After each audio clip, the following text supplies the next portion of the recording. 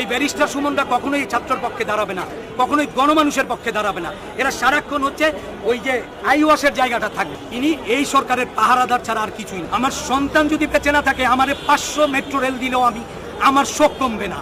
এই ন্যূনতম সেন্স যার নাই, তাকে আসলে ধিক্কার জানানো ছাড়া আর কিছু নাই। তার ব্যাপারে আর কোনো বিষয় বলার রুচি হচ্ছে না। রুখে দাঁড়ান যেটা বললেন না ব্যারিস্টার সুমন, এটা পুরোটাই আইওয়াস। আমি একটা ছোট গল্প বলে শেষ করি, আমি জানি না পুরোটা রাখতে পারবেন কিনা, আমি গল্পটা বলি।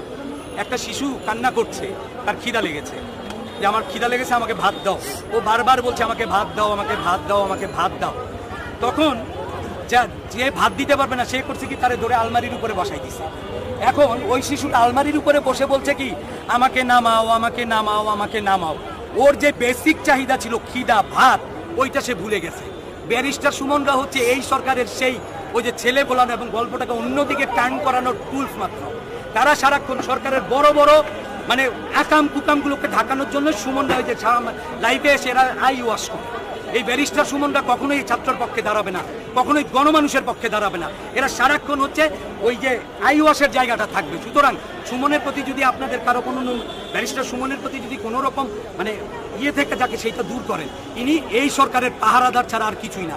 এই সরকারকে রক্ষা করা ছাড়ে। সে তো নিজেই বলেছে যে আমি আওয়ামী লীগ করি, এবং উনি যে এমপি হয়েছেন, যেই নির্বাচনে এমপি হয়েছেন, সেইখানে যে আমি নির্বাচন হয়েছে এটা জনগণ জানে। সাধারণ মানুষ কি তাকে ভোট দিয়েছে? শুধুমাত্র যারা আওয়ামীপন্থী, যারা সরাসরি সুবিধাভোগী, তারাই গিয়ে তারে ভোট দিয়েছে। যদি স্বাভাবিক নির্বাচন হতো, একটি সুষ্ঠু নির্বাচন হতো, ব্যারিস্টার সুমন কি আওয়ামী লীগের কোনো লোকই আজকে ক্ষমতায় এমপি হতে পারত না। সুতরাং সুমনকে নিয়ে কোনো রকমের যতই বলেন যে উনি রুখে দাঁড়ায়, এই দ্বারা এটা আইওয়াস মাত্র। এই আইওয়াস জাতি বুঝে গেছে।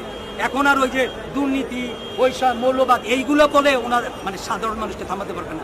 সাধারণ মানুষের দাবি এখন একটা হয়ে গেছে যে স্বৈরাচার, তুমি খুনি, তুমি হত্যাকারী, তুমি গত 16 বছর ধরে আমাদের নির্যাতন করছো, তুমি আমাদেরকে ধ্বংস করছো, আমাদেরকে নির্যাতন, এই নির্যাতন বন্ধ করছো। আচ্ছা, যে সম্পদের দাম বেশি নাকি প্রাণের দাম বেশি, এটা একটু আপনার কাছে জানতে চাই। আমি যদি বেঁচে না থাকি, আমার সম্পদ দিয়ে আমি কি করব? এটা শেখ হাসিনাকে একটু বুঝতে বলেন।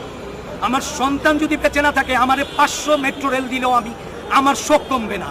এই ন্যূনতম সেন্স যার নাই, তাকে আসলে ধিক্কার জানানো ছাড়া আর কিছু নাই। তার ব্যাপারে আর কোনো বিষয় বলার রুচি হচ্ছে না। ধন্যবাদ সবাইকে।